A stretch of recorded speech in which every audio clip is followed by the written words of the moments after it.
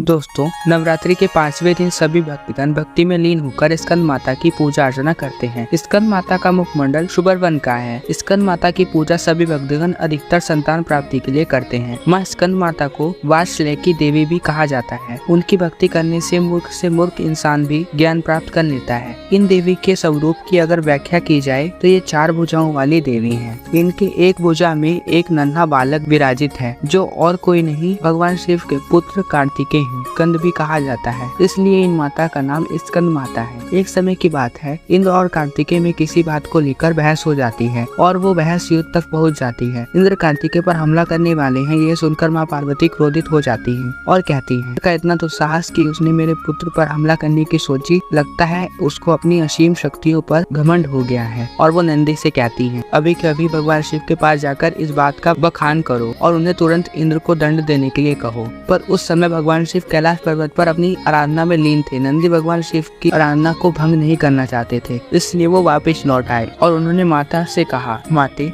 भगवान शिव तो तपस्या में लीन है, उन्हें इस समय इस बात की सूचना देना उचित नहीं होगा। क्या उचित है और क्या अनुचित ये एक माता को ना कहिए। आप लोग रहने दीजिए, मैं स्वयं जाकर इंद्र के घमंड को चूर करती हूँ। ये कहकर माँ आदि शक्ति के रूप में प्रकट हो जाती हैं और वो क्रोधित हुए इंद्र के पास पहुँचती है। माता पार्वती का रौद्र रूप देखकर इंद्र भयभीत हो जाते हैं और वो सभी देवताओं के साथ माता पार्वती के स्कंद माता के रूप में प्रार्थना करते हुए कहते हैं, अरे माता, हम भी आपके पुत्र हैं। जिस तरह आप अपने पुत्र कार्तिकेय की गलतियों और भूलों को माफ करती हैं, उसी प्रकार हे माता हम पर भी अपनी कृपा दृष्टि दिखाइए। हम समा प्यार्थी हैं, भूल व हमसे ये आहत हुआ है। हे माता हम पर कृपा करें। सब लोग स्कंद माता की प्रार्थना कर उनकी पूजा अर्चना करते हैं और उनके क्रोध को शांत करने की कोशिश करते हैं। तभी भगवान शिव भी वहाँ आ जाते हैं और वो कहते हैं, हे देवी पार्वती, अपने ही बच्चों पर क्रोधित मत होइए। माँ अपने बच्चों की भूल को क्षमा करती है, आप अपना क्रोध शांत करें। एक माता के मुखमंडल पर अपने बच्चों को लेकर इतना क्रोध शोभा नहीं देता। अब स्कंद के साथ साथ इन सभी की भी जननी है। महादेव जब माँ पार्वती को शांत कराते हैं तो उनका क्रोध शांत हो जाता है और वो इंद्र देवता को क्षमा करती हैं और महादेव माँ पार्वती के इस रूप को स्कंद माता का नाम देते हैं। और इन देवी की उपासना करने वाले प्रत्येक भक्त की सभी प्रकार की मनोकामनाएं पूर्ण हो जाती हैं और उनकी पूजा अर्चना से भक्तगणों को मोक्ष की प्राप्ति होती है। तो दोस्तों, नवरात्रि के 6ठे दिन पूजे जाने वाली माता के बारे में हम जानेंगे वीडियो के अगले भाग में। धन्यवाद।